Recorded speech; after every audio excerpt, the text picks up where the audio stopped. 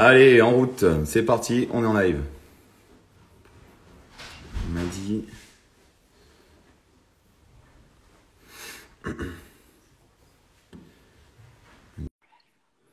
Ouais.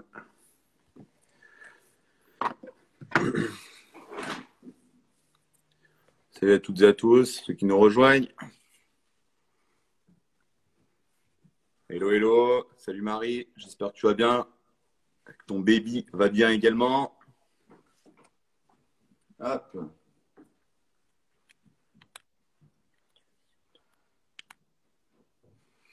Allez, on va attendre que tout le monde se connecte gentiment. Bon, vous avez vu, c'est un peu système D, hein. C'est un peu en mode romano. On est dans le salon de chez mes parents. On va essayer de vous proposer un truc assez sympa. Vous me direz, pour ceux qui ont rejoint le… Salut Thibaut. Pour ceux qui rejoignent le live là, vous me direz si vous entendez bien. Ok, je vais essayer de parler très fort pour être bien entendu. Vous me direz si vous pouvez m'entendre. Hop. Tac, on m'a dit.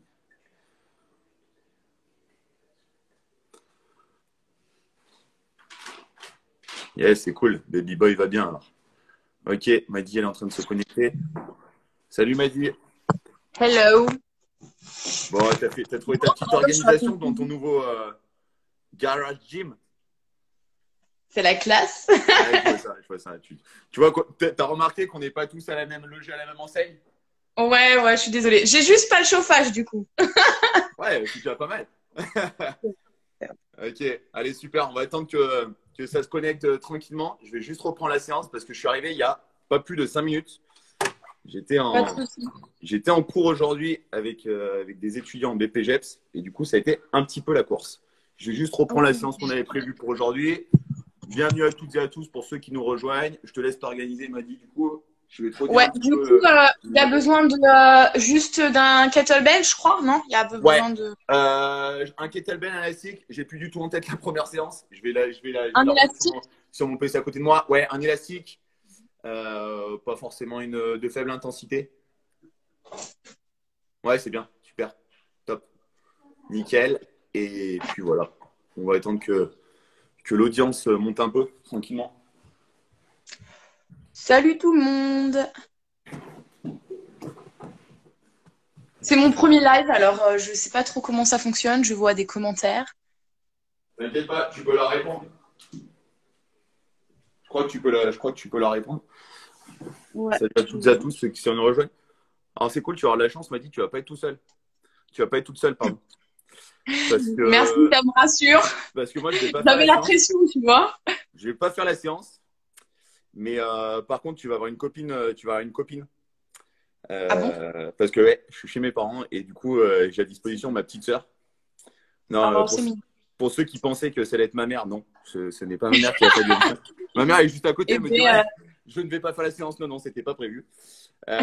Donc ça sera ma petite sœur qui est une ancienne gymnaste, donc ça permettra de donner un petit ok. peu certaines consignes, certaines corrections, etc. Et puis du coup, ça te permettra d'avoir les illustrations en temps réel sur la séance. Et puis voilà, Ok. ça va bien se passer.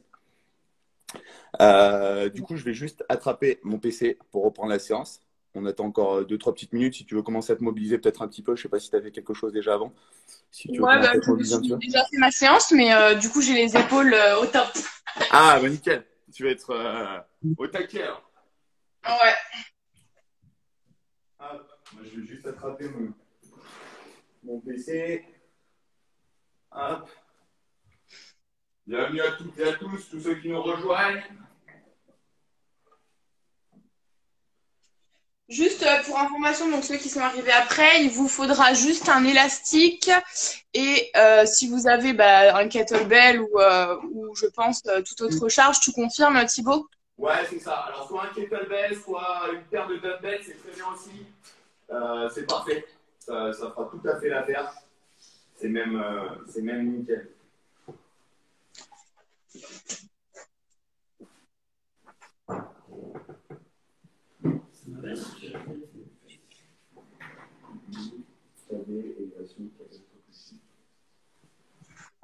Ok. On t'attend toujours, hein?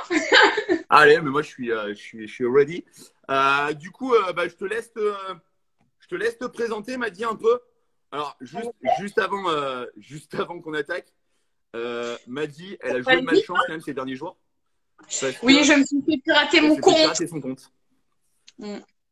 Ok. Donc ouais, non, ben moi je m'appelle Madi, enfin Madeline en réalité. Je fais du CrossFit depuis, on va dire, 4 ans et demi, hein, bientôt. Beaucoup de compétitions. J'ai fait du sport à haut niveau avant ça. Je Mhm. faisais du judo que j'ai fait pendant 12 ans. Et voilà un peu pour mon parcours. Qu'est-ce que je peux dire d'autre? Je suis maman d'une petite fille et passionnée. Donc voilà. Je suis très mauvaise en handstand, donc on va pouvoir bien rigoler et progresser. Ah, c'est cool. En tout cas, je suis super content de te recevoir sur ce live. Comme je t'ai dit, hein, lors de nos premiers échanges, je trouve que tu es, une nana vraiment cool. Ça change un peu du monde de la compète dans le CrossFit parce que Dieu sait si des fois il y en a qui ont tendance un petit peu à prendre le boulard et c'est pas du tout ton cas. Et c'est très appréciable de pouvoir échanger avec des gens comme toi. Donc c'est vraiment cool. Et puis bah, du coup, on va pouvoir se faire une petite séance. Ça va me permettre de vous présenter un petit peu ce que j'ai lancé là depuis maintenant 2 grosses semaines avec la mise en ligne de mon site internet, avec de la programmation et la séance qu'on va faire aujourd'hui justement. C'est une séance qui est issue de la programmation de Handstand Highway. The Handstand Highway qui est la programmation orientée justement sur le handstand. Alors actuellement, j'ai sorti que le volume 1, sachant que le volume 2 et le volume 3 sont déjà prêts, c'est déjà dans les tiroirs, c'est prêt à être mis en ligne. Je prends le temps que chacun puisse un petit peu découvrir mon travail au fur et à mesure, de ne pas tout mettre d'un coup. Mais en tout cas, voilà un petit peu l'objectif de ce live aujourd'hui. Et puis bah, Maddy qui a très gentiment répondu à l'invitation pour faire un petit peu la promotion de ce que je propose. Et puis je pense on va bien s'amuser. Donc, durant le live, je vais essayer de vous donner pas mal de petites astuces, des petits tips. On va pouvoir interagir avec Maddy qui va faire sa séance. Et Maddy, donc, qui est issue, comme elle a dit, du monde du judo et puis qui, par la suite, a tout de suite basculé vers le CrossFit. J'ai de la chance d'avoir aussi à côté de moi, à ma disposition, ma petite sœur Héloïse qui a été gymnaste. Donc, ça permettra aussi de pouvoir aussi faire des comparatifs entre les différentes capacités de placement entre quelqu'un qui arrive de l'univers du CrossFit et quelqu'un qui est issu vraiment pur produit de la gym. Donc voilà, je pense que ça va être un live qui va être assez intéressant. N'hésitez pas à poser vos questions. On essaiera de faire des petites pauses entre chacun des exercices. Comme ça, au moins, ça vous permettra vraiment de pouvoir poser vos questions. Le but, c'est qu'on puisse interagir tous ensemble, que vous puissiez poser vos questions, que je puisse y répondre. Et puis, bien entendu, après le live, je serai à votre dispo. Je serai là pour toutes vos questions et puis pour répondre ces différentes questions que vous pouvez vous poser et puis éventuellement répondre aussi aux questions sur ma programmation et sur le travail que je suis en train de mettre en place. Donc voilà. Du coup, on commence par quoi alors? Alors, on va commencer.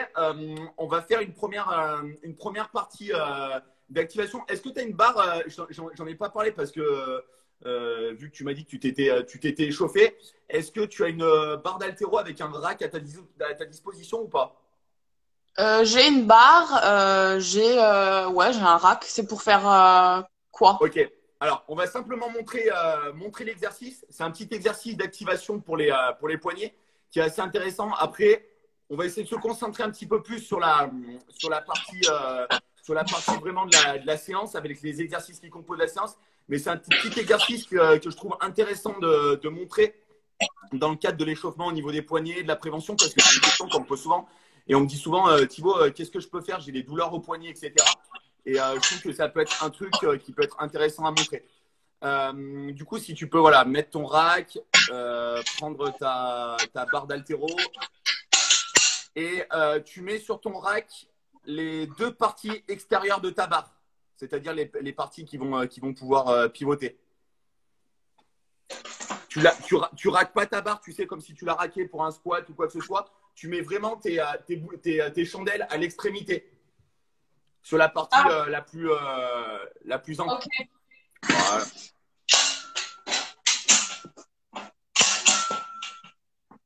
Faut Voilà. que ce soit là, Ouais, comme ça. ouais. Super, parfait. Donc là, on va faire un petit exercice. Donc pour la mise en place, on va simplifier le job à Madi et puis pour éviter de passer trop de temps sur ce travail. L'idée en fait de cet exercice, donc là, on va le faire sans charge. C'est un travail que vous pouvez tout à fait faire avec une charge, donc avec un élastique, et un kettlebell au bout ou simplement une sangle et un kettlebell au bout. Voilà. Donc voilà, tu peux le mettre éventuellement. T'embête pas, Madi, on va le faire sans kettle. T'embête pas sinon. Voilà. Tu peux enlever ta sangle.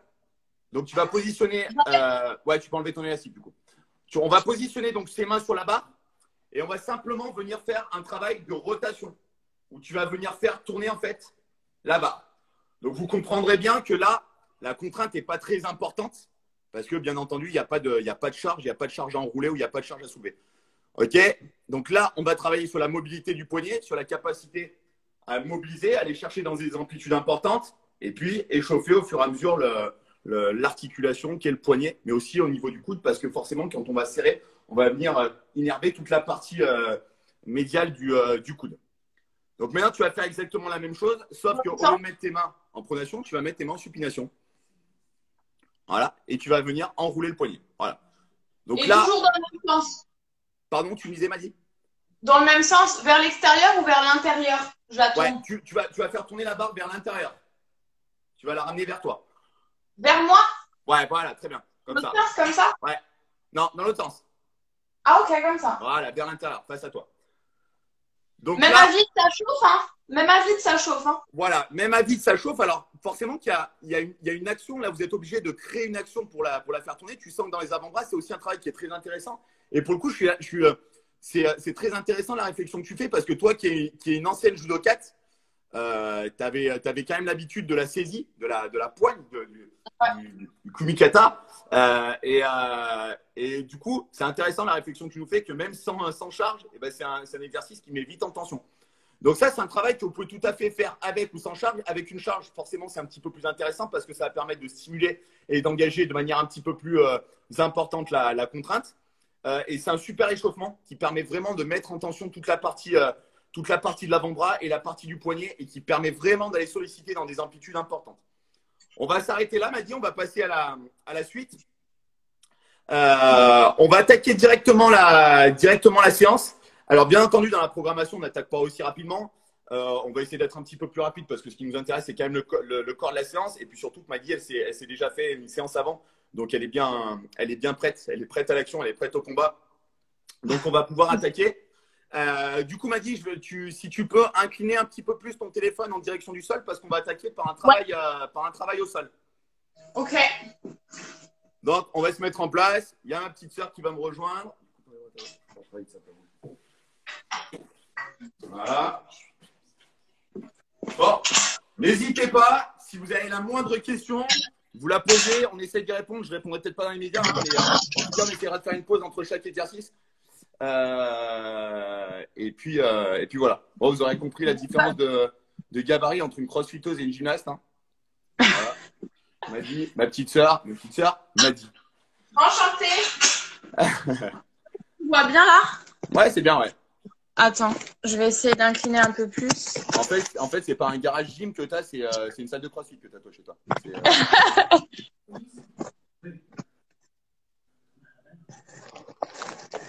Ouais, ça va le faire.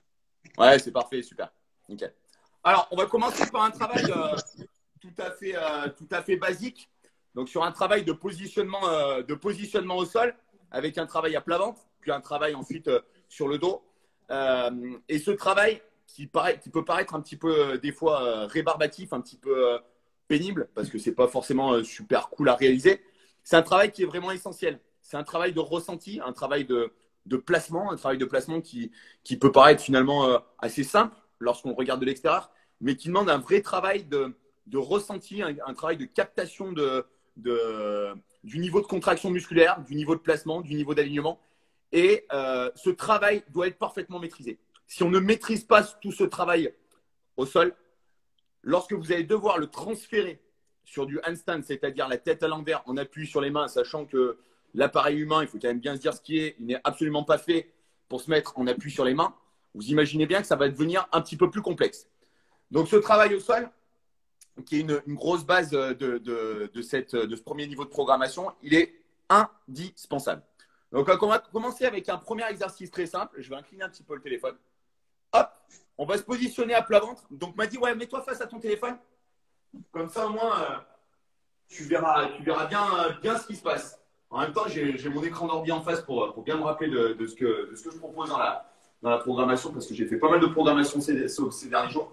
Donc, on va se positionner à plat ventre. Et dans un premier temps, on va venir chercher, en fait, à se grandir. Donc, à chercher un grandissement au niveau des mains vers l'avant, tout en conservant le corps bien plaqué au sol. Pour le moment, on ne va pas du tout mobiliser cette partie-là, donc la partie du bassin, la partie des hanches. On ne va pas focaliser notre attention là-dessus, mais on va focaliser vraiment notre attention sur l'alignement du poignet, du coude, de l'épaule. Donc, le but du jeu, ça va être de s'auto-grandir vers l'avant, de chercher à grappiller avec les doigts vers l'avant pour être le plus grand possible. Alors, dans cet exercice, il y a une chose qu'il ne va pas falloir négliger, que je vais répéter très souvent. Il m'a dit, tu vas coller tes pieds, pense à bien serrer tes pieds, bien tendre tes jambes. Voilà. Alors, ça, c'est quelque chose que je vais répéter très souvent, je pense, pendant la vidéo. Il ne faut jamais négliger la qualité du travail sur les jambes et sur la tenue des bras. Ça, c'est quelque chose d'impératif. C'est un réflexe que vous devez prendre quand vous travaillez sur la partie gym. Notamment sur ma programmation, c'est quelque chose que je répète très souvent, je le redonne très souvent en consigne, etc. Mettre de l'exigence dans la tenue de corps et la propreté dans la réalisation. Donc là, le but du jeu, ça va être de se grandir. On va chercher à se grandir au maximum. Et ensuite, de cette position, les épaules, elles doivent être vraiment… On doit engager les épaules vers le sol. Voilà. Alors, pour le moment, on va pas solliciter un placement trop important. On va juste chercher, dans un premier temps, à s'auto-grandir. Donc, à chercher un grandissement le plus important possible vers l'avant. Donc, on va remontrer. Donc, m'a dit, c'est pas mal. Tu vas essayer de bien cacher tes oreilles. Le but du jeu va être de cacher les oreilles. Héloïse va le faire en même temps. Je vais tourner un petit peu le téléphone. Donc, on voit que pour le moment, son niveau de fixation, il est surtout situé ici, au niveau du haut du dos. Là, m'a dit, on n'est pas là. On est pas mal, pardon. Cache bien tes oreilles. Essaie de bien grandir. Voilà. Et le but du jeu, là, dans cette position, c'est vraiment de ressentir la notion d'autograndissement. OK? Et tu peux relâcher. M'a dit, Héloïse, vous pouvez relâcher. Donc, déjà… C'est normal que ça tire dans les trapèzes. C'est normal. Alors, pourquoi ça tire dans les trapèzes? Parce que, bien entendu, la notion d'autograndissement, la notion de poussée, d'impulsion dans les bras, elle va passer par une contraction très importante. C'est une sollicitation très importante au niveau des trapèzes. Alors, très intéressante ta question, Madi. Ça va rejoindre un petit peu ce que j'ai l'habitude de dire et ce que je vais aussi souvent répéter. C'est que le handstand n'est pas qu'une question de force. C'est aussi une question de souplesse et une question de mobilité. Pourquoi, Madi, tu as eu la réflexion de me dire c'est normal que ça me tire dans les épaules? Tout simplement parce que tu as un niveau de mobilité qui ne te permet pas, qui t'oblige en fait à mettre un grand niveau de contraction pour pouvoir tout simplement trouver cet alignement. OK? Je vais m'avancer, voilà. Pour pouvoir trouver cet alignement. Si vous avez un bon niveau de mobilité, vous allez pouvoir vous placer de manière automatique. Je vais vous prendre l'exemple d'Héloïse et vous allez comprendre pourquoi le niveau de souplesse et de mobilité est important. Donc, on va lui demander de se remettre à plat ventre. Madi, tu vas regarder, tu vas juste comprendre en fait la différence que vous pouvez avoir toutes les deux. Si je prends Héloïse, je lui demande d'être simplement dans le grandissement. Je peux décoller ses bras sans aucun problème. Sa tête, elle reste plaquée au sol, mais j'ai toute cette amplitude articulaire. OK? Madi, malheureusement, je ne peux pas le faire avec toi. Mais en tout cas, je sais que si j'étais amené à le faire, on n'irait pas bien haut. je lèverais et les bras et la tête et voir la moitié de ton corps si je le faisais. Voilà. Je ne sais pas si vous avez vu la vidéo, mais en tout cas, quand elle essaie de lever les bras, on voit que les trapèzes se contractent de manière très, très importante. Alors, pourquoi ça va être important d'avoir un bon niveau de mobilité? Tout simplement pour arriver à trouver cet alignement au niveau des épaules, mais surtout d'être beaucoup plus économique. Imaginez-vous, quand vous allez vous mettre en handstand, vous allez déjà avoir le poids de votre corps au-dessus de la tête. Si en plus de ça, vous êtes obligé de créer une action mécanique forte pour venir ouvrir votre épaule, imaginez-vous le niveau de fatigue que ça va engendrer. Ça va être absolument énorme. D'où l'importance d'avoir un bon niveau de souplesse et de mobilité. On le reverra dans un exercice un tout petit peu plus tard. On va se remettre en place sur ce premier exercice et je vais vous montrer maintenant les deux petites variantes qu'il y a à l'intérieur de cet exercice. Donc, Madi, je te laisse te remettre en place. Madi, si tu peux juste reculer un tout petit peu comme ça que je te vois bien. Parce que ouais, tip top, super. Donc là, on va se remettre à plat ventre. Et donc, de cette position initiale où on a mis du focus sur notre grandissement vers l'avant, sur nos hanches bien plaquées dans le sol et nos jambes tendues, on va chercher cette fois-ci à venir décoller la poitrine. Alors, sans trop exagérer, le but, ça ne va pas être de venir faire ça, mais tout simplement de venir se grandir, continuer à se grandir tout en arrondissant le haut du dos. Je ne sais pas si vous voyez la déformation.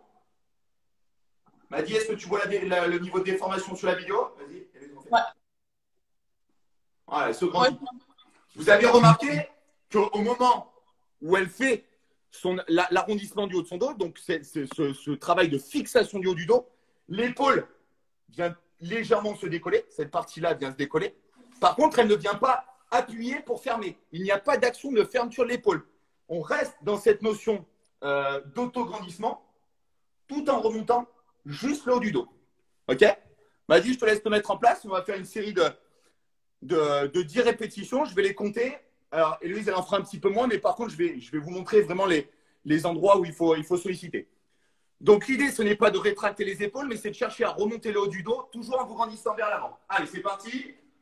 Et top. 1, 2, 3, 4, 5, 6. Madi, essaie de grandir un peu plus. 7. Grandis-toi bien vers l'avant. 8, 9. Super. 10. Ok. On relâche. Oh. Madi, qu'est-ce que tu en penses? Est-ce que tu peux nous faire ton retour déjà sur ce premier exercice en termes de sensations par rapport à ce que tu as l'habitude de ressentir? Est-ce que tu as une sensation différente de travailler comme ça au sol, donc c'est tout nouveau. Mais ouais, c'est intéressant de faire cet exercice-là allongé, quoi. Enfin, même allongé, on sent que ça travaille énormément dans les épaules, dans le gainage, donc ça peut être que bénéfique. Hein. Ah ben ça c'est sûr qu'en termes de bénéfices, c'est intéressant. Et sachant que Madi, alors même si tu nous disais tout à l'heure, tu n'es pas une machine du handstand, c'est quelque chose déjà tu maîtrises, tu sais faire du handstand walk, etc. Mais ce qui vous montre que même lorsqu'on maîtrise ce genre de choses, revenir à des choses très basiques, très essentielles, aussi simples qu'elles puissent paraître, ont toujours un intérêt tout à fait particulier. Et surtout sur le handstand. Parce que savoir faire un handstand, savoir tenir sur ses mains, c'est bien. Par contre, l'idée, c'est de pouvoir évoluer par la suite. On va se remettre sur cette position de travail à plat ventre. Et cette fois-ci, Madi, je te laisse du coup regarder. Puis ensuite, tu pourras réaliser en même temps. Donc là, maintenant, on va mettre notre focus ici, au niveau du bassin. Là, on a fixé le haut du dos tout à l'heure. Maintenant, on va lui demander à Héloïse de venir rentrer son ventre et de fixer son bassin. Elle relâche, elle fixe. Donc, au moment de la fixation du bassin, c'est-à-dire la capacité à venir rentrer son ventre et enrouler son bassin, les fessiers vont venir se contracter. Et là, je dois pouvoir passer ma main sous son ventre. Vous devez pouvoir voir, je passe ma main sous son ventre. OK? Attention, par contre, à ne pas confondre. Je serre les fesses, j'enroule mon bassin et je pointe les fesses parce que ça n'a absolument rien à voir. Donc là, l'idée, ça va être de venir contracter les fesses, enrouler son bassin et écraser sa poitrine dans le sol. Madi, vas-y. Ouais, très bien. OK. Donc, on voit que les fessiers se contractent sur Madi. On voit que le ventre est bien rentré. Elle vient bien écraser. Écrase bien tes hanches dans le sol, Madi. OK, super. Et pense toujours à bien te grandir dans les bras. OK, très bien. On fait. Super. Allez, il faut que mes hanches elles soient en contact avec le sol. Ouais, tes hanches doivent être en contact avec le sol. Par contre, ton ventre doit être rentré. Ce que tu étais en train de réaliser, c'était vraiment pas mal du tout. Ça manquait encore un tout petit peu de ventre rentré. Tu vois, cette partie-là du ventre. Parce que moi, mes hanches, elles touchent pas le sol, je crois. Alors, très intéressante ta réflexion. J'allais y venir juste après. Donc, mes quadris, en fait, quand je contracte mes quadris, du coup, mes hanches se décollent. Tu es en train de me dire parce que tu as des gros quadris, tu ne peux pas écraser tes hanches au sol. Non, parce que j'ai jamais eu aussi peu de quadris, mais je trouve que quand je contracte du coup mes fessiers, ça me fait contracter tout, quoi. Et du Ouais. coup, je sais pas, ça me décolle en fait les hanches sur le côté, quoi. Ouais, ouais, bien sûr. Alors, ta réflexion, elle est hyper intéressante et ça va m'amener à parler d'autre chose. En effet, tu as complètement raison. Ça peut être une contrainte et que vous rencontrez d'ailleurs beaucoup de crossfitters et peut-être plus chez les crossfitteuses encore. C'est-à-dire qu'à un moment donné, les quadris chez les crossfitters et les crossfitteuses sont plutôt très sollicités et en principe, en termes de volume, il y a un volume qui est quand même assez important. Vous imaginez bien par rapport aux baguettes de tambour de ma sœur, c'est pas notre sport. Notre sport, c'est pas de prendre du volume. Au contraire, c'est d'avoir un volume le plus faible possible, un poids de corps, un rapport poids-puissance qui soit le plus intéressant possible. Ça n'a absolument rien à voir. Alors, ce qui va générer cette contrainte, m'a dit, c'est pas que tu as des gros quadris. C'est surtout que tu as une énorme raideur au niveau du psoas. Et ça, c'est quelque chose qu'on rencontre énormément chez à peu près 90% des crossfitters. C'est-à-dire. Je préfère avoir des gros quadris, si on peut dire ça. Ouais, ça, c'est le kiff des crossfitters, ça. Alors, on va juste faire une démonstration avec Héloïse. Elle va se mettre à genoux. Mets-toi de profil. Mets-toi à ce genou. Donc là, si on prend l'exemple d'Héloïse, qui est relativement mobile au niveau du psoas, quand elle va serrer ses fesses, elle va pouvoir en même temps rentrer son ventre et aligner son bassin.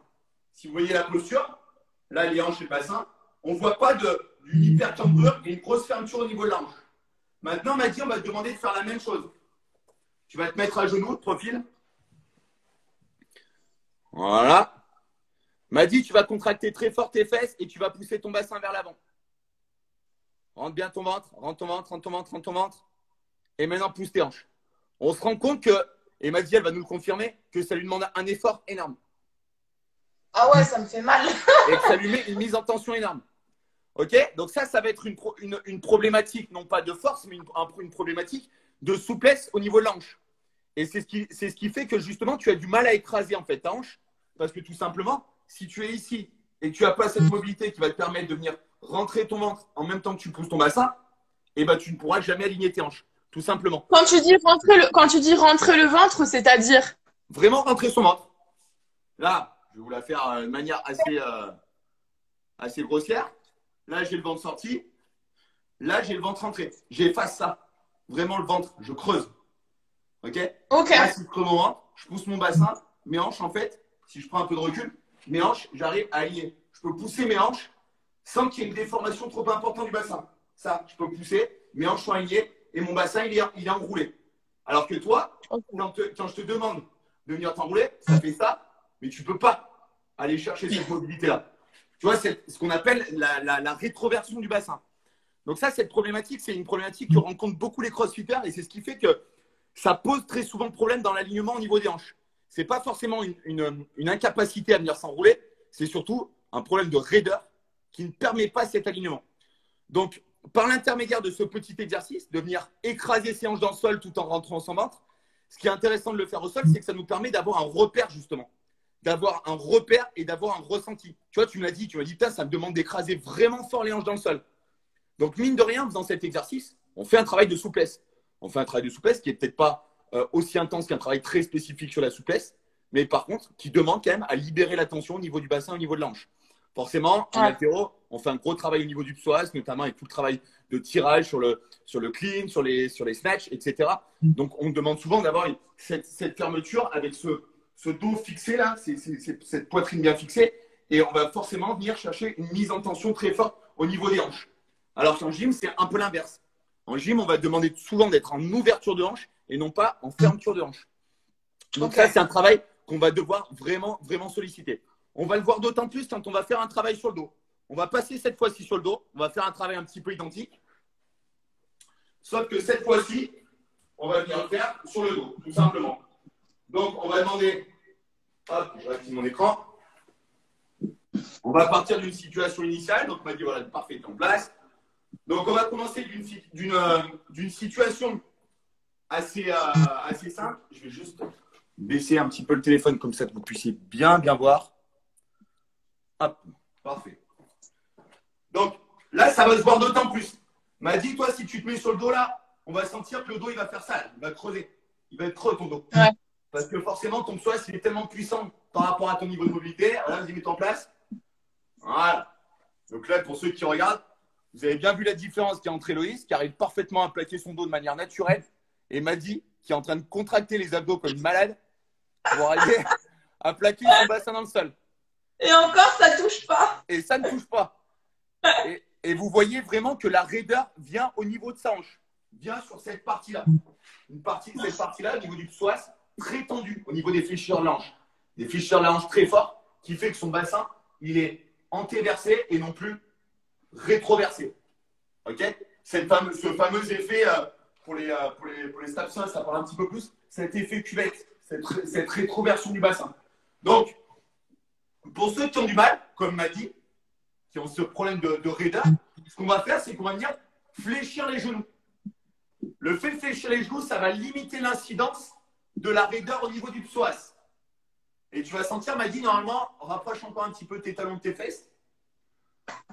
Voilà. Et là, normalement, tu dois sentir que tu as beaucoup plus de facilité à plaquer ton bassin. Ah là, ça touche. Par contre, mes bras, ils ne touchent pas par terre non plus. Hein. Pourquoi? Encore une fois, on revient à la raideur de ce qu'on a pu exprimer tout à l'heure. Donc, vous avez vu, c'est très intéressant parce que Maddy, elle s'est rendue compte par elle-même, je n'ai pas eu besoin de le dire, j'ai un petit peu appuyé quand même dessus une fois qu'elle m'a fait le constat, c'est que le niveau de souplesse dans la capacité à réaliser correctement le handstand, c'est capital. Si vous n'avez pas un bon niveau de souplesse et un bon niveau de mobilité, vous ne pourrez pas faire un handstand propre, malgré toute la bonne volonté du monde. Donc, on va se remettre en place. Maddy, tu vas le faire jambes fléchies, Louise, elle va le faire jambes tendues, comme ça, vous aurez les deux alternatives. Donc, on se met en place. Et de cette position, on va venir creuser le dos. Vous voyez, je peux passer ma main. Et ensuite, venir plaquer le bas du dos dans le sol. OK? On défixe le bassin, on creuse le dos. Volontairement, on accentue cette courbe-là. Et on vient écraser. On écrase. Donc, Maddy, tu dois sentir qu'en termes de mobilisation abdominale, c'est assez puissant. Ouais. Et on va le faire sur une dizaine de répétitions. On relâche, on fixe, on relâche, on fixe, on relâche, on fixe. Et ensuite, on va maintenir cette position. Pensez à bien respirer en même temps. Maddy, essaye de toujours garder cette notion de grandissement des mains vers l'arrière. La tête droite, les oreilles bien cachées. Et tu écrases très fort le sol avec ton bassin. Et on va relâcher. Je vais avoir un petit problème de batterie. Ah. Va falloir que j'aille chercher mon chargeur, je crois.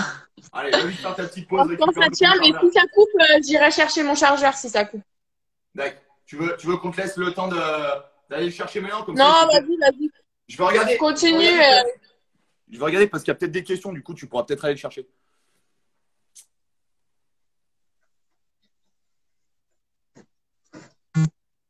Bah, je reviens alors. Allez, t'en prie. Comme ça va me permettre de pouvoir répondre aux petites questions éventuelles. Vous pourrez observer le magnifique garage gym de Maddy. Ok, donc ce que je disais, ce que j'étais en train de dire par rapport au niveau de souplesse et au niveau de mobilité, c'est vraiment important de comprendre que le handstand, c'est pas juste une histoire de force, c'est pas juste une histoire de qualité vraiment spécifique à la force, mais surtout des qualités de mobilité. Si vous êtes capable d'aller dans des amplitudes articulaires et musculaires importantes, vous serez capable de vous placer et vous serez en mesure de parfaitement vous aligner. Il n'y a aucun problème. On va enchaîner avec le prochain exercice et on va transférer ce travail qu'on vient de faire.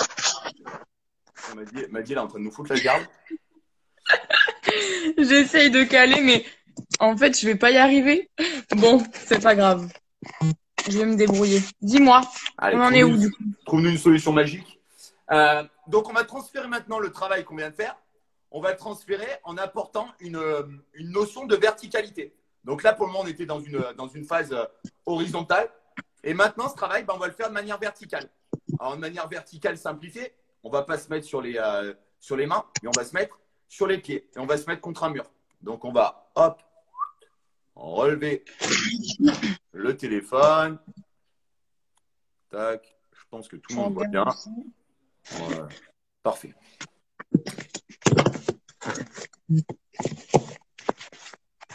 On a vraiment une organisation de manouche, mais c'est comme ça qu'on fait les meilleurs lives. Hein. Je sais pas comment on va le faire, mais on va le faire, hein. Sinon, Bon, sinon, je vais le tourner pour l'instant parce que j'ai un peu ouais, de... laisse-le comme ça. Franchement, c'est pas dégueu. C'est pas dégueu. Je suis obligé de me mettre la tête à l'envers pour te voir, mais c'est pas grave. Est-ce Ok. qu'on voit tout le monde? Allez, t'inquiète pas, ouais, ça va le faire. Ok. Donc là, on va prendre. Ah, bah là, on voit plus. Ça va être sympa.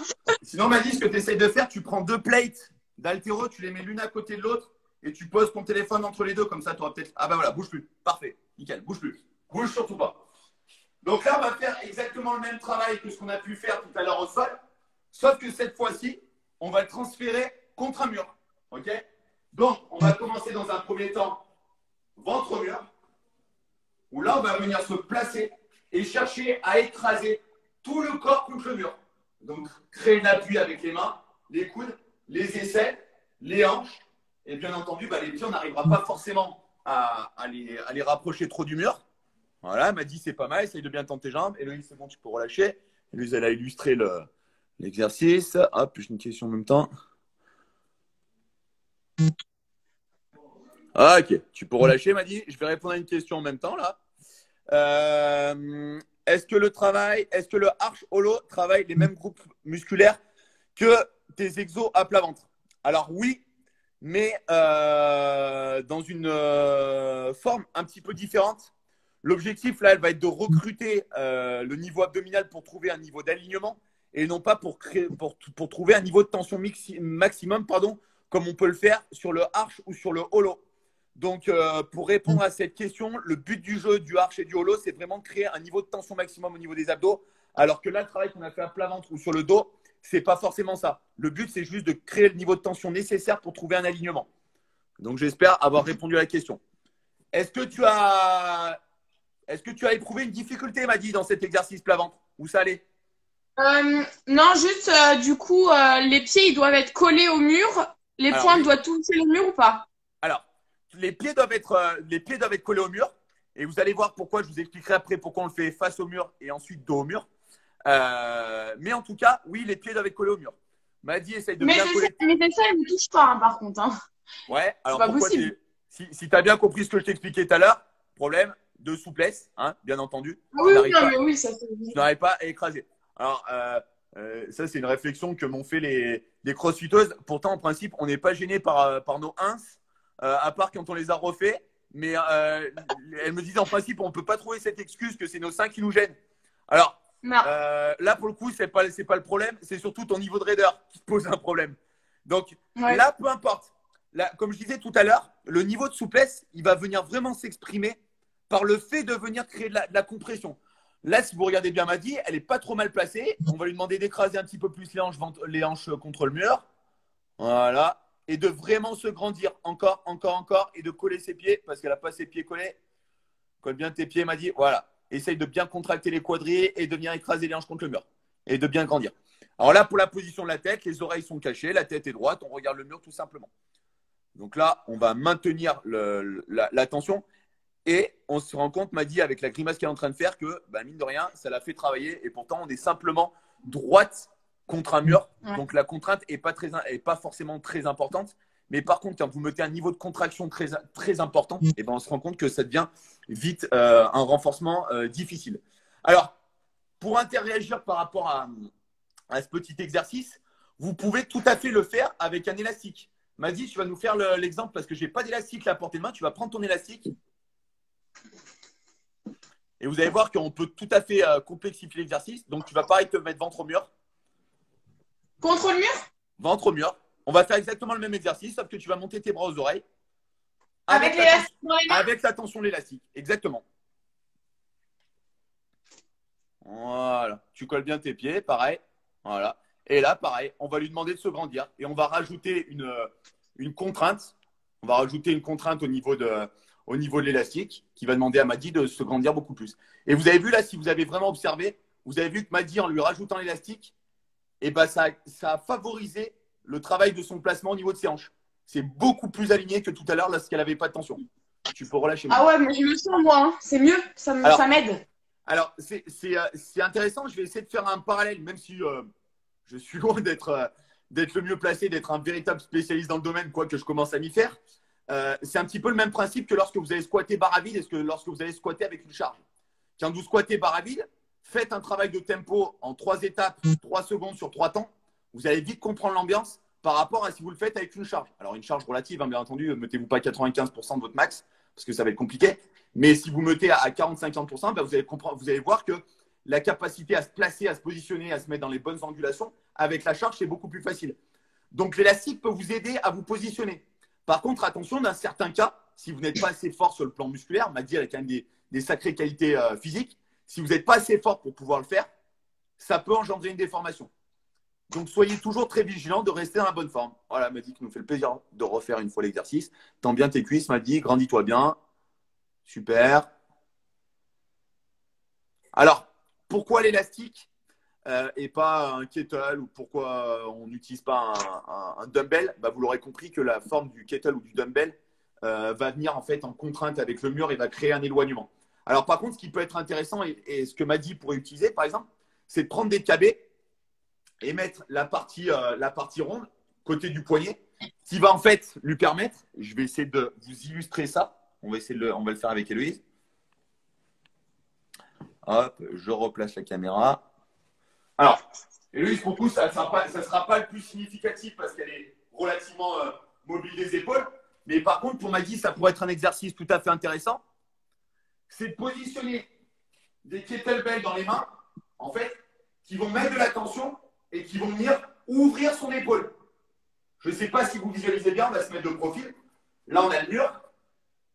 Si on a un kettle, le kettle va avoir tendance à tirer et ouvrir un petit peu les épaules vers l'arrière et créer de la mobilité. Est-ce que Maggie, tu as une paire de kettle éventuellement à ta disposition? Ça sera peut-être encore mieux pour 8 et 8. 8 et 8? Ouais. Bah, c'est déjà très bien. Voilà. Tu vas te mettre face au mur. Parfait. Et là, tu vas venir plaquer ton front, plaquer tout ton corps et venir décoller tes mains pour aller chercher un petit peu l'amplitude de l'ouverture d'épaule. Et tu reviens contre le mur. Replaque tes mains et tu ouvres l'épaule. Ok, super. Allez, ne déforme pas le reste de ton corps.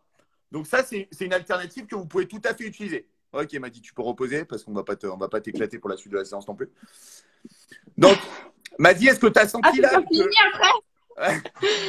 Est-ce que tu as senti l'ouverture d'épaule, Madi, là, sur ce travail-là, la sollicitation? Bah, j'ai senti que ça m'appuie grave, ouais, dans les épaules, mais du coup dans les trapèzes. Ouais.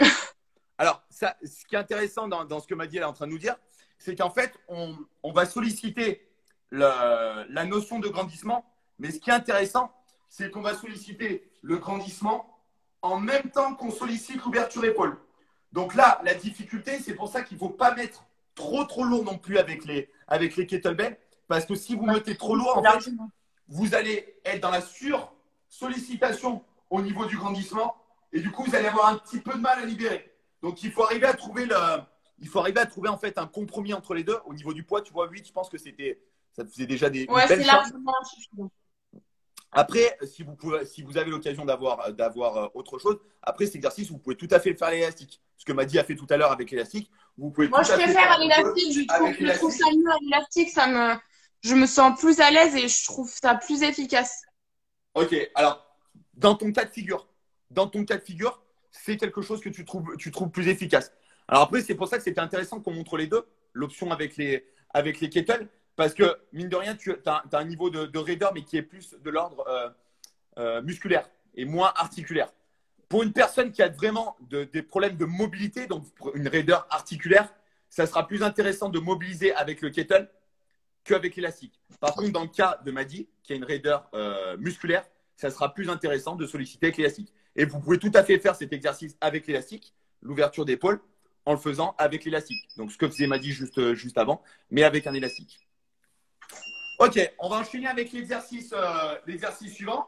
Et maintenant, cette fois-ci, on va faire exactement la même chose, mais on va le faire dos contre le mur. Alors, pourquoi c'est intéressant? J'enlève le câble en même temps. Voilà. Alors, pourquoi c'est intéressant de faire ventre au mur et dos au mur? C'est qu'on ne va pas avoir en fait la même sollicitation. Le niveau de vigilance ne sera pas positionné au même endroit. Quand on va se mettre dos au mur, ça sera plus intéressant pour la notion de venir plaquer son bassin. Alors que quand on va se mettre ventre au mur, on va beaucoup plus solliciter la partie, hop, on va se mettre de côté, cette partie-là, du bassin aux mains. Alors que lorsqu'on va être de dos, on va solliciter beaucoup plus du bas des côtes jusqu'aux jambes. Ok, donc là, pareil, on va venir se mettre en place. On va venir bien plaquer ses talons contre le mur. Et là, Maddy, ça va mettre en évidence plus ta raideur au niveau du psoas. Au niveau du psoas et un petit peu au niveau des épaules. Et là, la problématique, Maddy, de tes épaules, si tes mains ne touchent pas le mur, ça n'est pas grave. Ça n'est pas grave. Voilà. Par contre, je veux que tu viennes vraiment écraser tes hanches dans le mur. Voilà. En te grandissant, en gardant bien les oreilles cachées. Là, avec tous les moi, je n'ai pas de problème. Le bassin est plaqué. Les mains arrivent à toucher. La paume de la main, elle touche. On a bien les jambes tendues, les talons bien plaqués. Et il n'y a pas de problème. Ça peut tenir. Tu vas refaire le même exercice, m'a dit, en prenant l'élastique, en faisant exactement la même chose avec l'élastique. Voilà. On passe l'élastique sous l'épée. Tu colles bien tes talons. Tu serres bien tes fesses. Tu essayes de plaquer le bas de ton dos. Garde ta tête droite. Essaye de te grandir au max. Relève un petit peu la tête. Viens cacher tes oreilles dans tes épaules. Super. Très bien. On se grandit. Il y a quelqu'un qui m'a posé une question. Coucou, vous allez bien? Oui, on va très bien. Merci. Moi, moins bien, parce que là, je sens que je suis sous tension. m'a dit dans pas longtemps, elle est en PLS, mais tout se passe bien. Donc, l'intérêt de faire dans les deux sens, vous avez compris que la sollicitation n'est pas la même. Alors, ça, c'est quelque chose que je vais préciser. Je vais en profiter pour ceux qui ont la chance d'être sur le live. C'est que très souvent, en CrossFit, on a tendance à vous apprendre le handstand en vous mettant le dos contre le mur. C'est intéressant pour la notion d'apprentissage, de se renverser en équilibre, pour l'appréhension de passer vers l'avant. Par contre, l'autre désavantage, c'est que vous aurez moins de capacité, je suis désolé, je vais essayer de prendre un peu de recul, vous aurez moins de capacité à venir en fait vous aligner. Le dos contre le mur, m'a dit, tu me confirmeras que c'était beaucoup plus difficile quand tu as fait le travail dos au mur que quand tu étais ventre au mur. Ouais, largement. Ouais, parce que du coup, la problématique de raideur est beaucoup moins importante. Alors là, on va venir enchaîner sur l'exercice suivant. On va se remettre dos contre le mur. Dos contre le mur. OK? Et de cette position, vous allez venir simplement abaisser les bras en gardant tout le temps le bassin plaqué et remonter les bras à vos oreilles. En gardant tout le temps le bassin plaqué. Et m'a dit, tu vas faire ce travail jusqu'à ce que tu ne puisses plus monter tes bras sans que le bas du dos se décolle. Voilà, tu plaques bien ton bassin. Super, excellent.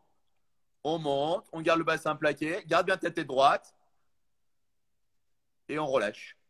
Donc, vous avez vu déjà, m'a dit, je ne sais pas si tu en as conscience. En tout cas, moi, je le vois.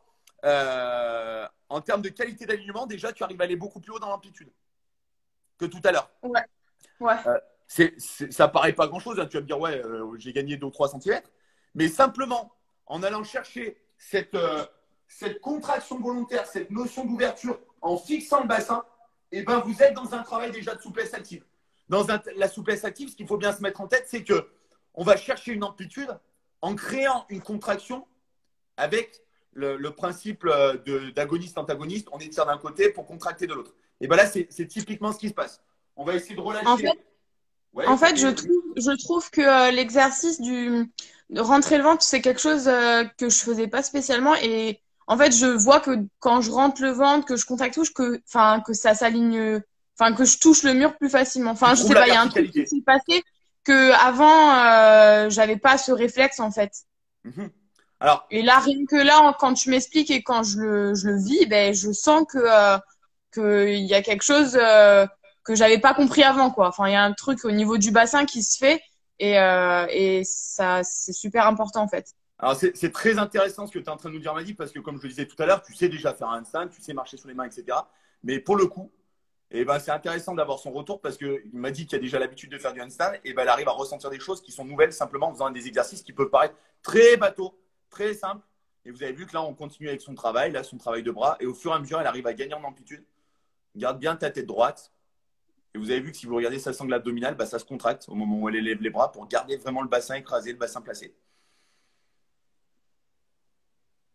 Ok, super. On va relâcher. On va s'arrêter là-dessus. J'ai une nouvelle question qui arrive. Hop. On est d'accord que ça travaille à mort l'ouverture thoracique. Oui, à fond la caisse.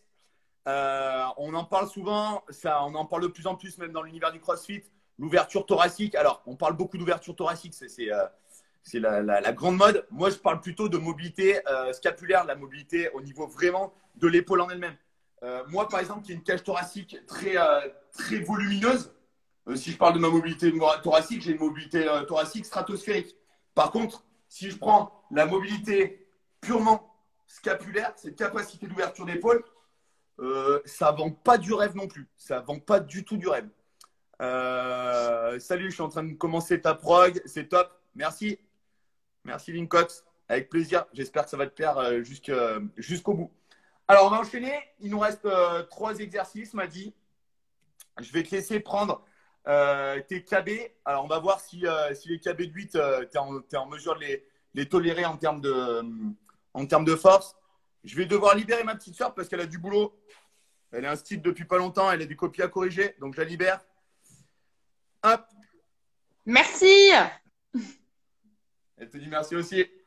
Alors, Madi, tu vas prendre tes KB et tu vas venir te mettre sur le dos. Récupère tes kettlebells, Madi. Sur le dos? Ouais, tu te mets sur le dos. J'espère qu'on va te voir. Du coup, on ne voit plus.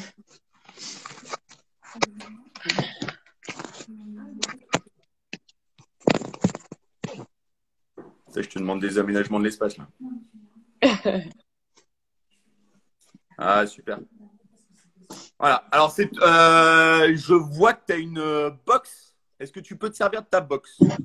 C'est une box? Ouais. Ouais. Ouais. Allez, je vais te laisser prendre ta box du coup et tu te mettras sur le dos sur ta box. Ce qui donnera encore plus de cohérence à l'exercice. Sur le dos? Mais je vais me défoncer le dos. Non, ça y est, les bords. Vas-y, prends ta box, t'inquiète pas, ça va bien se passer.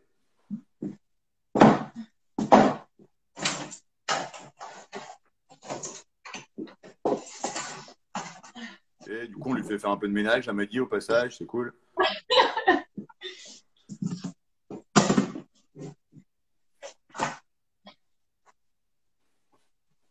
Voilà, parfait. Ok, tu lui fais faire un quart de tour, Madi, à ta box. Non, remarque, laisse-la comme ça. Hop, laisse-la comme ça, c'est très bien. Tu vas récupérer, Madi, qu'un seul kettlebell. Tu vas en prendre qu'un. Parce que 8 kilos, du coup, ça fait une petite charge pour ton petit corps. Et tu vas faire un quart de tour, c'est-à-dire tu vas mettre tes jambes côté du mur. Voilà. Et tu vas venir t'allonger ton bas. Voilà, super. Et tu vas mettre ton kettlebell à la verticale au-dessus de toi. Mes épaules, elles doivent rester sur la box. Ma tête, elle doit rester… Très bien, elle va rester droite. Tu vas tenir ta tête. Voilà. Et de cette position, tu vas venir descendre le kettlebell derrière pour venir aligner tes épaules avec le reste du corps. Et ça va te demander un niveau d'ouverture d'épaule énorme. Garde bien ton bassin plaqué. Super, excellent travail. Et tu remontes. Et à chaque répétition, tu vas essayer de descendre de plus en plus bas pour aller chercher la mobilité la plus lointaine possible en gardant toujours ton bassin bien plaqué. Excellent. On a déjà regagné en amplitude. Super. Alors, ça, c'est un exercice pour ceux qui suivent ma prog. Du coup, il y a Lincox qui suit ma prog. Ça, c'est un exercice que moi, que je fais faire sur un step. Toi, tu avais une box, c'était encore mieux, Madi, parce que du coup, ça permet d'aller dans des amplitudes encore plus importantes. Si tu avais eu un step, on aurait fait simplement avec un step. Alors après, le problème, le facteur limitant du step, c'est que ça ne permet pas forcément des fois d'aller plus loin parce que forcément, le kettle vient en contact avec le sol. Mais là 8, c'est lourd. Je peux prendre une plate de 5. Tu peux prendre une plate, mais alors, est-ce que c'est lourd dans la phase où tu remontes ou est-ce que c'est lourd dans la phase où tu descends? Non, pour descendre. D'accord, alors tu vas garder 8. Parce que là, tu es en train d'essayer de me gruger en me disant ça me fait mal. Arrête-moi ce supplice.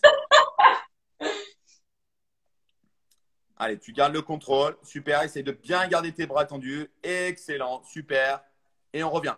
Vous avez vu déjà en 3 ou 4 répétitions le gain en amplitude comme il est énorme. Parce que m'a dit, tu ne te rends pas trop compte, mais c'est vraiment énorme.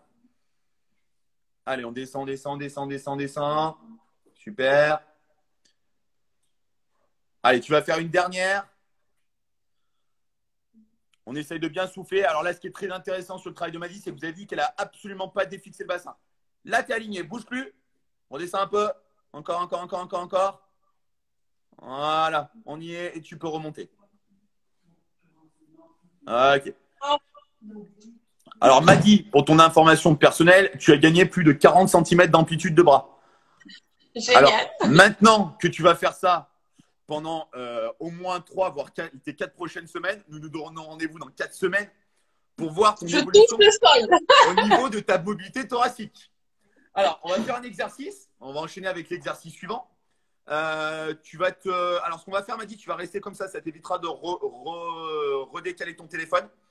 Tu vas te mettre dos contre la caisse et de profil. Donc, si tu peux te décaler à ta gauche. Ouais, voilà, de ce côté-là. Ouais, super. Et tu vas prendre ton KB dans les mains. Voilà. Super, excellent. Tu vas venir bien plaquer tes fesses contre la boxe. Alors là, on va essayer avec le KB de 8. Si on voit que c'est trop lourd, on modifiera un petit peu la charge. Donc ça, c'est un travail, je l'ai également indiqué dans la programmation. Vous pouvez le faire avec un KB, vous pouvez tout à fait le faire avec une plate, avec un dumbbell. Même si vous n'avez pas de dumbbell, vous pouvez le faire aussi avec un élastique en faisant passer votre élastique sous les pieds. M'a dit, tu vas faire une série comme ça. Pardon. Et ensuite, on fera une série avec l'élastique pour montrer un petit peu les deux variantes. Donc, tu vas prendre ton KB dans les mains. Tu vas tendre tes bras devant toi. Ton KB posé sur tes genoux ou sur tes cuisses. Voilà. Et de cette position, tu vas venir élever les bras au-dessus de la tête en gardant de manière permanente le contact de ton dos et de ton bassin avec la caisse. Allez, c'est parti. Donc, calmement, en cherchant toujours à te grandir, à éloigner ton KB au maximum. Excellent. Encore, encore, encore, encore. Si tu peux, on va chercher à gagner. Super. Très, très bien. Et on redescend, on contrôle. Donc, ça, c'est un travail qui est à faire sur 10 répétitions avec une phase sur la 10e répétition où on va maintenir 20 secondes.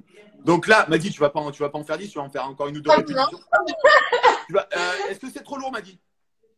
Je pense que c'est pour faire direct, c'est trop lourd. Ok.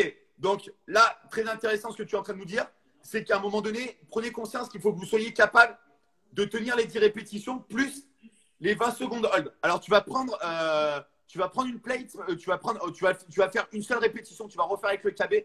On va juste refaire une répétition et montrer la position hold, ce qu'on recherche. Donc, tu vas remonter tes bras. Donc là, ce qui est intéressant, ce n'est pas la vitesse, mais vraiment de maintenir la position et le bassin plaqué. Donc, une fois que vous avez fait vos 10 répétitions, et ben là, vous allez devoir maintenir cette position 20 secondes. Ok. Oh ouais. Super. Et tu relâches. Donc là, Maddy, tu te rends compte, tu vois, finalement, que la charge de 8, elle est peut-être trop importante. Et du coup, qu'une plate de 5 ferait tout à fait l'affaire. Alors, après, la petite problématique qu'on peut avoir avec la plate de 5, c'est que des fois, l'écart, je vais prendre un peu de recul, l'écart au niveau des bras avec la plate peut être trop importante. Alors, pour moi, ça va au niveau de mes épaules. Je ne suis pas non plus un tank, mais j'ai les épaules qui sont quand même un petit peu plus larges que les tiennes. Mais la problématique, c'est que des fois, quand on prend quelque chose d'un petit peu trop large, ça peut être un problème au niveau de l'écartement des bras. Justement, je prône beaucoup le travail de l'action de serrer les bras vers l'intérieur. Et lorsqu'on prend une plate trop large, ça peut être embêtant. On va faire la variante avec l'élastique. Maddy, je te laisse juste récupérer ton élastique.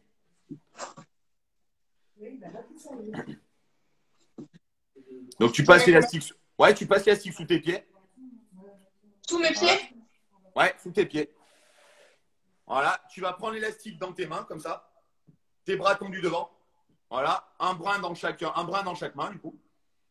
Voilà. Et tu vas devoir monter tes bras aux oreilles et faire la même action. On se grandit et tu montes jusqu'aux oreilles, tu montes jusqu'aux oreilles. Si la tension est trop forte, voilà, tu diminues l'angulation. Super. On se grandit, on se grandit, on se grandit, on se grandit, on se grandit. Excellent. Et on revient. Alors là, tu sens, on m'a dit que la contrainte, elle est plus tout à fait du même ordre parce que l'élastique te tire plus vers l'avant. Ok. Et là, tu es obligé de créer une résistance beaucoup plus forte vers l'arrière. Mais en tout cas, sachez que ceux qui font la programmation, vous pouvez tout à fait faire de ces deux manières-là. Là, avec l'élastique, vous allez beaucoup plus solliciter l'ouverture, alors qu'avec le kettle ou avec la plate, vous allez plus solliciter un grandissement vers le haut. Ok. Ça, là, je préfère avec le kettle qu'avec l'élastique. Ah oui, forcément, c'est plus simple. Alors, c'est deux choses différentes, bien entendu. Ce que je viens de dire, c'est que l'élastique va nous solliciter l'ouverture des épaules, alors que le kettle, quant à lui, il va nous solliciter le grandissement et la capacité à résister avec une charge lorsque vous allez être à la verticale. Donc, c'est deux travaux sur une même situation, sur une situation initiale, mais en fait, qui vont renforcer de manière différente, dans une approche différente. OK? On va passer sur le dernier exercice, m'a dit. Tu vas récupérer, alors du coup, vu que tu as les deux kettles de 12, ça va être peut-être, de 8, ça va être violent. Ouais. J'ai des poids de 2,5. Eh ben, on va faire avec les poids de demi. Même si ce n'est pas très sollicitant, l'objectif, c'est aussi qu'on montre des exercices. Après, bien entendu, c'est à vous d'adapter les charges en fonction de votre niveau. Voilà. Donc, tu vas te remettre dos à la caisse, m'a dit. Voilà. Tu vas tenir tes deux plates sur les côtés. Les bras tendus. Alors, sur les côtés, tu vas partir les bras sur les, voilà, sur les côtés et pose tes plates au sol. Voilà. Et là, tu vas chercher justement à venir élever les bras par les côtés jusqu'aux oreilles. En gardant toujours pareil, ton dos bien plaqué. En tendant bien les bras, on se grandit. Super. Tu as gagné vraiment en amplitude articulaire. Excellent. En gardant toujours le dos plaqué. Et on remonte. Donc, travail très intéressant parce qu'il va vous permettre de vraiment solliciter la partie au niveau des fixateurs de l'omoplate et notamment les rotateurs. Et tout en conservant la qualité du placement et le bassin bien plaqué contre la caisse. Tu m'as dit, t'en chies un petit peu sur cet exercice-là avec la charge? Comment? Là, la charge est pas mal du tout. Hein. Voilà. Donc, on se rend compte finalement qu'on partait sur une charge en pensant que 2,5, c'était peut-être pas forcément assez. Et finalement, on se rend compte que même une petite charge de 2,5, elle est parfois suffisante. Alors, c'est un exercice qu'on peut tout à fait faire aussi avec un élastique. Alors, un élastique qui sera beaucoup plus souple. Je pense que celui-là, il risque d'être peut-être un petit peu rigide. Tu t'assois, voilà, fais-le passer sous toi. Voilà. Exactement, tu as tout compris. Hop. Je peux le passer derrière, non? Ouais, voilà. Là, on grandit l'élastique vers le haut, vers le haut, vers le haut, vers le haut, vers le haut, vers le haut. On met de la tension et on revient. Alors là, pour ceux qui sont en train d'observer ce qu'on fait, vous êtes rendu compte que… Vas-y, m'a dit. Avec l'élastique, je trouve que ça tire vachement au niveau des omoplates derrière. Ouais. Alors, et du coup, là, je vais rebondir, c'est ce que j'allais dire. On se rend compte que sur le travail, lorsqu'elle l'a fait avec l'élastique, m'a dit que les épaules, elles ont tendance à vouloir venir un petit peu vers l'intérieur. Elle est obligée de fermer un petit peu l'épaule parce qu'elle cherche à lutter pour éviter justement que les épaules elles s'ouvrent. Et vu que m'a dit elle n'est pas très mobile, elle va chercher à lutter contre cet effet d'ouverture. Alors que tout à l'heure, avec les disques, on s'est rendu compte que tu as parfaitement gardé tu as respecté le même plan d'élévation au niveau des bras. Tu es resté dans le même plan que ton corps. Donc là, encore une fois, ça va dépendre des personnes. On a des personnes qui seront plus à même de faire le travail avec l'élastique, des personnes qui seront un petit peu plus mobiles. Et toi, m'a dit par exemple, qui est un petit peu plus raide, le fait de devoir tenir les plats, tu vois, les plates, pardon, tu vas refaire. Voilà. On se rend compte que tu es beaucoup plus aligné en utilisant ce travail-là. Voilà, super, super. Et on relâche. OK. Et ça, c'est un travail qui est intéressant parce que vous pouvez tout à fait le faire. Ça rejoint du travail de renforcement des fixateurs d'omoplate, etc. Et ça aussi, c'est des exercices qui vont faire gagner en mobilité. On m'a dit, c'est super, on a fini avec cette séance. Donc là, la séance a été relativement longue. On a mis une petite cinquantaine de minutes. sachant que c'est une séance qu'on peut tout à fait faire en 35-40 minutes, ok, en étant bien précis, en étant bien appliqué. Et du coup, on s'est rendu compte que même avec une pratiquante déjà émérite, parce que Maddy, elle a quand même un bon petit niveau en CrossFit, même si elle la joue modeste au niveau du handstand. Ça va peut-être devenir une machine, hein, qui sait, avec la programmation, devenir Ah bah j'espère bien. Mais en tout cas, on se rend compte que même avec un niveau de pratique, un niveau d'expertise peut-être pas aussi important qu'on pourrait l'avoir, hein, nous en tant que gymnaste, mais on se rend compte que des exercices qui peuvent paraître tout à fait bateaux, tout à fait simples, pas forcément très sexy. Ça demande de l'énergie, enfin plus que si j'avais marché sur les mains avec ma technique de merde, quoi. Ben ouais. Et ce qui est intéressant, c'est que ce niveau d'engagement que ça te demande, une fois que ça sera maîtrisé, que ça sera figé, pour te rejoindre, le jour où tu vas vouloir faire 50 mètres à un stand walk, tu n'auras absolument aucun problème et tu seras beaucoup plus économe parce que tu auras un niveau de qualité, de placement, etc., qui sera beaucoup plus intéressant. Beaucoup plus efficace, quoi. Et je perdrai moins d'énergie puisque j'aurai la technique, quoi. Exactement. Et c'est ce que j'aime souvent rappeler, c'est qu'à un moment donné, on le dit souvent dans le CrossFit, il faut avoir un geste qui est efficient, qui permet d'enchaîner les WOD. Imaginez-vous, vous venez vous taper 15 muscle-up aux anneaux et vous devez enchaîner avec 50 mètres d'un stand walk. Autant vous dire que vous avez beau être une machine de guerre, si en termes d'efficience gestuelle, vous n'êtes pas solide, et derrière, ça va tout de suite être très compliqué. Alors que si vous avez une bonne efficience gestuelle, il n'y aura aucun problème. Si vous prenez l'exemple des crossfiteuses aux Games qui ont eu un passé de gymnaste, elles ont un geste qui est beaucoup plus efficient. Et lorsqu'on est sur des WOD à poids de corps ou par exemple le WOD qui a eu lieu là aux Games, je me rappelle, c'était quoi? C'était le dernier qui a été fait, le dernier WOD. Celui avec les HSPU? Ouais, avec les HSPU. Ouais, les HSPU, les 200, les 200 pistoles et les 300 pull-up. Carrie Pierce, elle a éclaté tout le monde parce que Carrie Pierce, c'est une ancienne gym de haut niveau. Il y a la Jupette qui est en train de nous faire. Je lis le commentaire de Jess. Ouais, je suis en train de le lire en même temps. Ouais. Laisse Lorraine, tu me laisses le handstand. Progresse pas trop vite, s'il te plaît. Jess, en fait, t'as qu'à. Bon, t'inquiète pas que t'as déjà de l'avance sur tout, meuf. Ouais, mais en fait, Jupette, elle la joue secret, mais elle a bénéficié de mes conseils pendant plus d'une semaine hier. Donc, vraiment. Mais je trouve qu'elle fait un petit peu la secret. Je trouve qu'elle fait un petit peu la maline là quand même. On va la remettre en place. Mais du coup, attends que je te rattrape. Tu vas voir si je fais pas les montées d'escalier et la descente à la fin de la prod.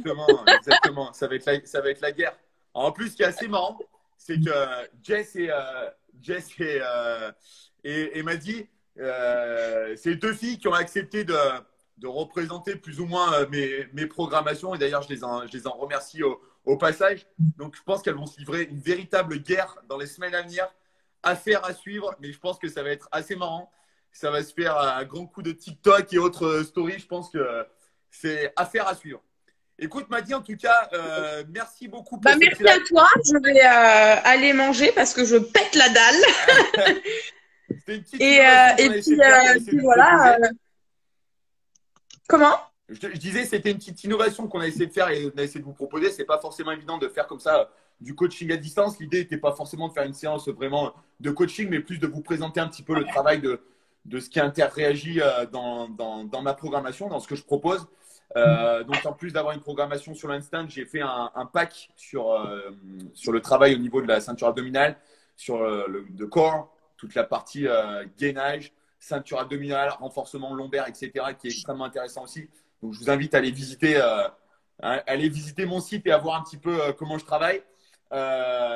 Et puis moi, du coup, je partagerai tes séances et puis comme ça, je montrerai un petit peu le contenu sans tout dévoiler, bien sûr. Exactement. Que je garde un petit peu mes secrets pour progresser. T'as raison. En tout cas, merci à toi, Maddy. On vous inquiète pas. Bisous à tout le monde et merci pour ceux qui sont restés et qui ont assisté à ce premier live pour moi. et voilà. Et puis écoute, je vais publier bien entendu je vais le republier en IGTV ce live et puis je te l'enverrai si tu veux toi le republier de ton côté sur ton mur. Sur mon nouveau Insta En espérant que tu récupères ton ancien et tes 12 000 followers. Par la même occasion, pour ceux qui sont sur le live et qui n'ont plus, plus forcément Maddy par l'intermédiaire de son nouveau compte, bien entendu que je vous invite à aller la suivre parce que je peux vous dire que Maddy, elle fait des stories des fois, c'est à mourir de rire. Je peux vous dire qu'elle a une vie palpitante. Et elle nous fait partager un petit peu son quotidien et ça fait surtout beaucoup de bien en ce moment de voir de rire, cette joie de vivre au quotidien. Et on t'en remercie d'ailleurs à l'occasion. Maddy, je te souhaite une bonne soirée. Bonne soirée, ciao tout le monde. À ta puce et à je sais pas comment on s'en va du live. Je sais même pas comment on passe. C'est moi qui vais fermer le live, t'inquiète. Ah ok, bisous. Salut, ciao. Ciao.